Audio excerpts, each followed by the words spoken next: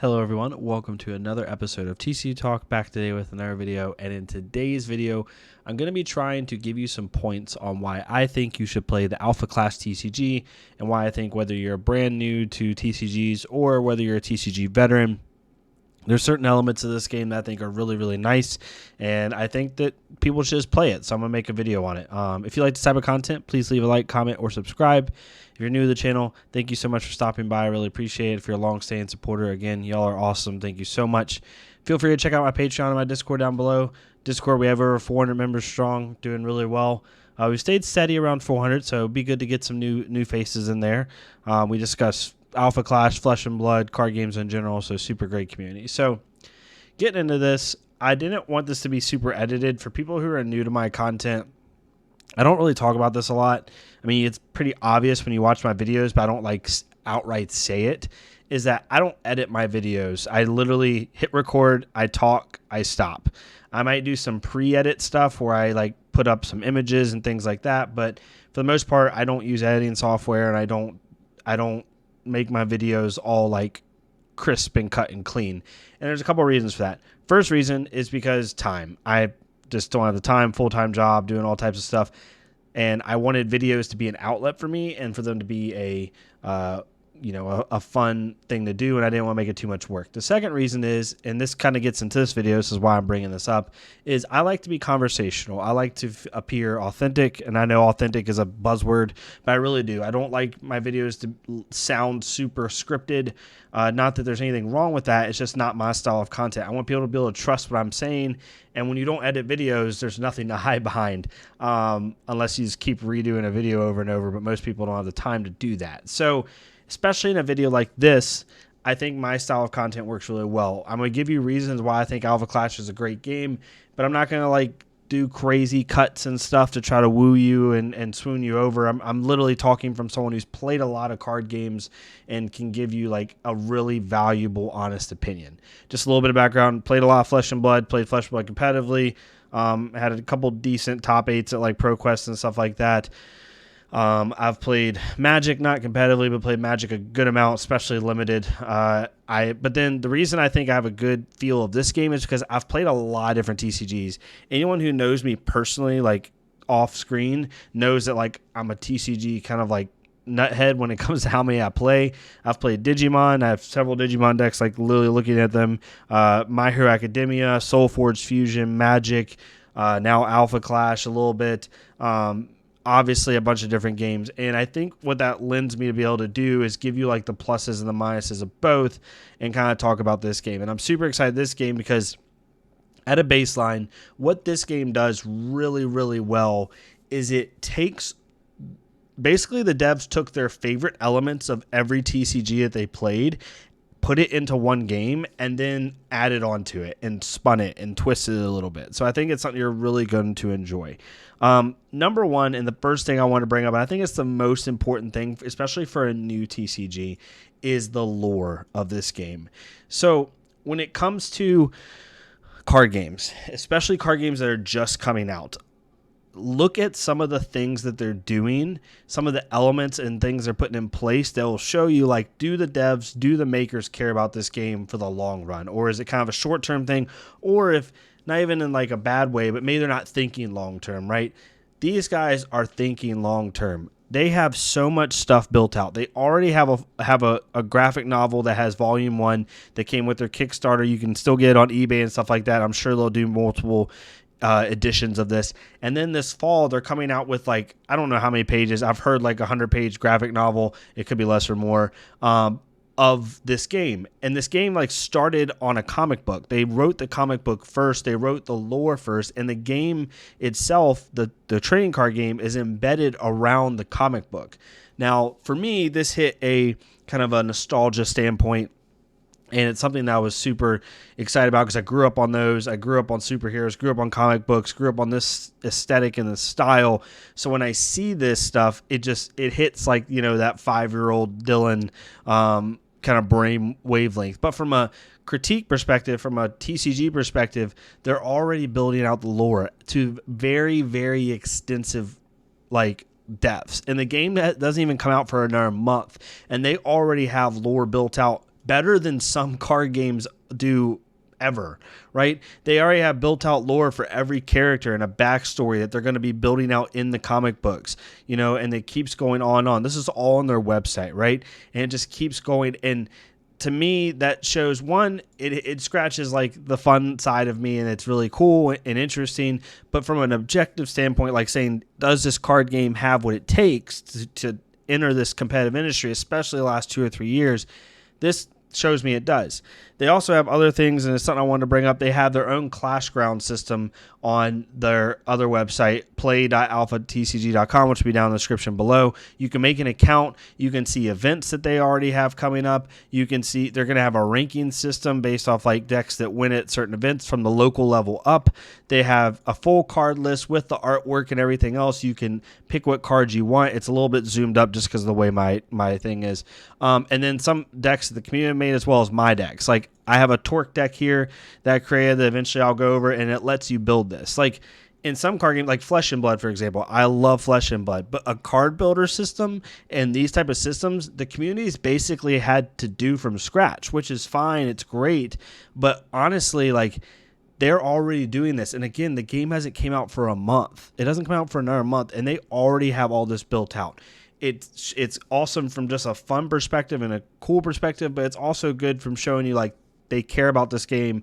They care about the longevity of this game, and it's just going to continue, right? And it's just something I think is awesome. And then the plus side, like I said, if you love superheroes, if you love comic books, if you grew up in that era, or you still do in the Marvel universe, DC universe, stuff like that, this is going to hit home for you. So that's number one, is the lore, aesthetic, and like the basics that they've created of this game already. And they have a super popping Discord, tens of people joining every single day.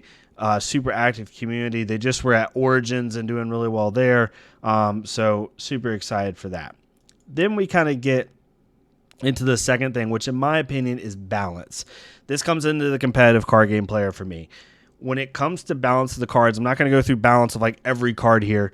But they took a lot of different elements from TCGs, right? They took the mana system of Dragon Ball Z and other card games where, and we'll get that in a second, it's another reason I love this game, is that you use your own cards for mana, right? You don't have dedicated resource cards. You have to pick and choose what cards you want to use for resources.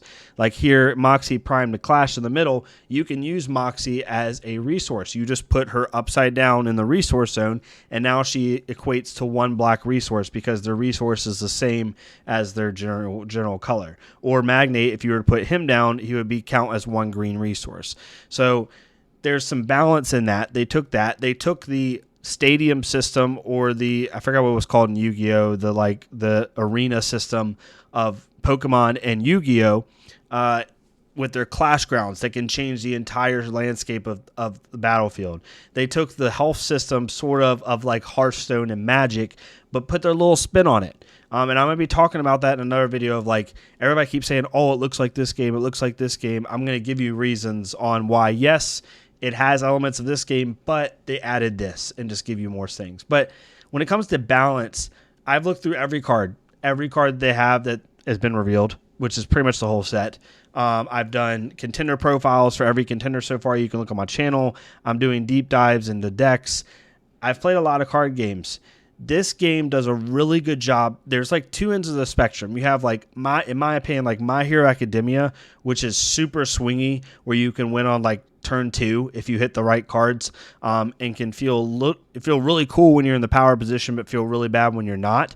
And then you have games like Flesh and Blood, which are super balanced to the point of like every little inch of incremental advantage matters, right? Both are good and fun in different ways. The casual audience tends to like the swingy stuff. The competitive audience tends to like the really balanced stuff.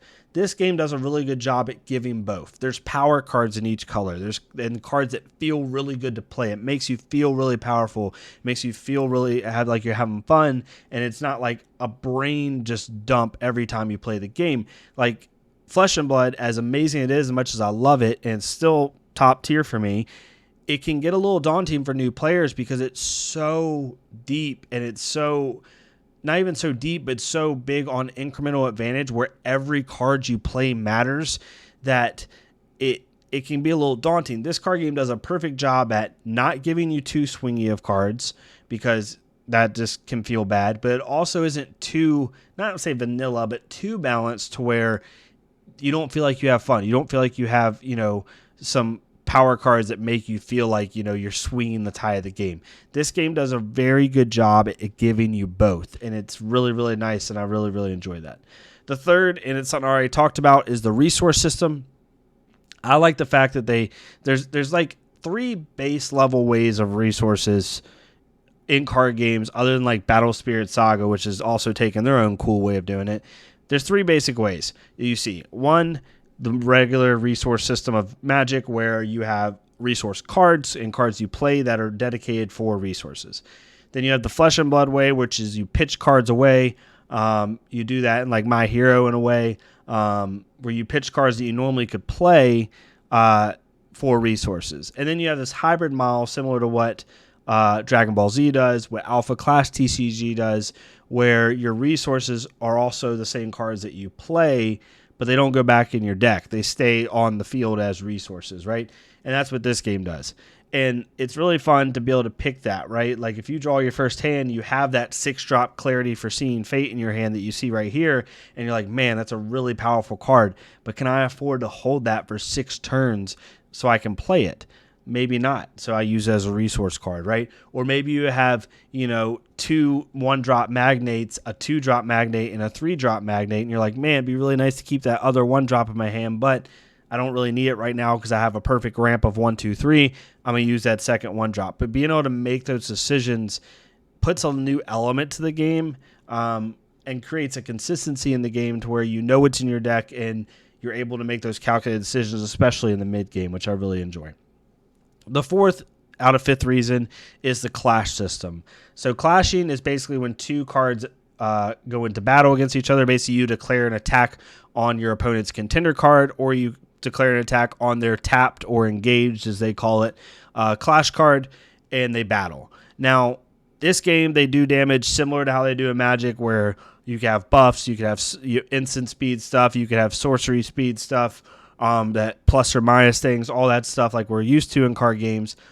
But what it does in this game that's really, really cool is they have clash buffs. You only can have 4 of them in your deck, and they're basically swingy. And set 1 that's just a 2/2 buff to your card at instant speed for 0 resources, or at quick action speed, as they call it. But you have other means to like buff your cards, and it really feels like you're in a fighting game, right? And that's one thing that people like about My Hero Academia, they like about Dragon Ball Z, they like about Flesh and Blood, is it's like a fighting game. There's a push and a pull. There's a slight depletion of resources as you're going along, and it's a really, really nice thing to play. What I also like about it is they kind of took elements of Hearthstone in a way, sort of, where after that clash, the health resets. So if I attack if I attack with Moxie, Prime to Clash, as you see here in the middle of the screen, and I attack that Clarity Foreseeing Fate on the right side of the screen, it'll deal 3 damage to that Clarity, bringing it down to 2. But unless I have a way to burn that Clarity for 2 more damage, its health will reset to 5 after they finish battling. And then if I battle it with something else, it has new health again.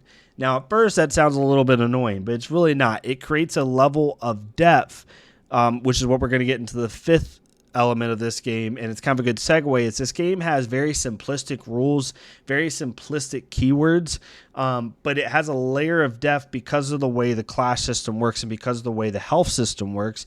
It forces you to have to sequence properly and be efficient with your cards, but also gives you simple enough play lines and simple enough rules to understand to where you're not like, what the heck do I play right now? That's one of the biggest things I've had with Flesh and Blood with new players, is they seem very, very overwhelmed at certain points in the game because there's so many things on the stack, so many things you can add to it. And this game probably will get a little more complicated as time goes on. They add more elements into it, but overall, it's a super fun thing with the clash system and the way it works and having to force you to play your cards efficiently. The 5th thing I want to talk about is ease of depth of this game. And even though this game is so deep and you can do so many different things with it, it's also very easy to understand. A lot of the cards, like even ones you see on here, Magnate Cunning Planner has a trigger defeat card, which means when it's defeated, that effect happens. Moxie has a trigger enter card, which means once it enters the battlefield fully and it's resolved, that effect happens. Clarity has a trigger enter as well. There's also counter attack cards. There's counter play cards. But it's very, very obvious when you're supposed to play that card. Now, when the most optimal time to play that card is, that's your choice. But as far as like how you play the card, there's no ambiguity. There's no like confusion with that, right? It's very simplistic, and it helps newer players to be able to understand and pick up the game quickly and feel better about themselves when they're playing and feel like they're making progression. But these cards still have the same depth of play for very experienced competitive players. And something that I really enjoy with this game is, Flesh and Blood, I played the game for 6 months to a year, and I still am confused on some of the rules. Like, because a lot of the rules are slightly ambiguous, or unless you want to go through a 100-page rule book, it's a little bit difficult to understand at times, especially when you're playing against like wizards and dealing with instant speed stuff and things of that nature. It's just how it is. This game is very simplistic, where I feel confident. I've only been following this game for about a month. I 100%, other than like some very peculiar interactions, I feel very confident I could teach someone this game and have taught them the right way. It's not hard to understand, but they're still going to get the same enjoyment and progression out of a very in-depth game. So those are some of the reasons why I like this game. The first one is the lore, the basics, the aesthetic. It's all there. They have everything in place already to make it a great card game. I don't think people remember, like, when Flesh and Blood first started, the boxes were super cheap, and, before it kind of blew up, people were just scalping it, and very few people were playing the game, and it took a while to get people on it. Like, these games take time, and I think people need to understand that. It has great balance, a cool resource system. The clash system, the fighting system is very great, similar to like a fighting game, and it has ease of play while also having strength of depth in its game itself. So that's why I like the game personally. Let me know what your thoughts are on it. Let me know what you don't like about it, because what I'd love to do is get you in the comments and then maybe take it to the Discord and like see what your concerns are. Maybe I can hook you up with the devs or the staff and they can answer your questions. I personally think it takes all the elements of TCGs that people love. It puts their own spin on it. It amplifies those elements, makes them even better, and it also has a cool superhero aesthetic, which most people around, like, who doesn't like that? So artwork is amazing too. But yeah, let me know what you think about this. I would love to hear your thoughts, good and bad, positive and negative. Let me know what you think. And yeah, I'll see y'all next time on TCG Talk. Don't forget to like, comment, subscribe.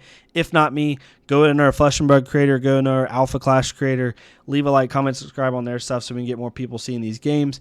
And I'll see y'all next time on TCG Talk. Thank y'all so much.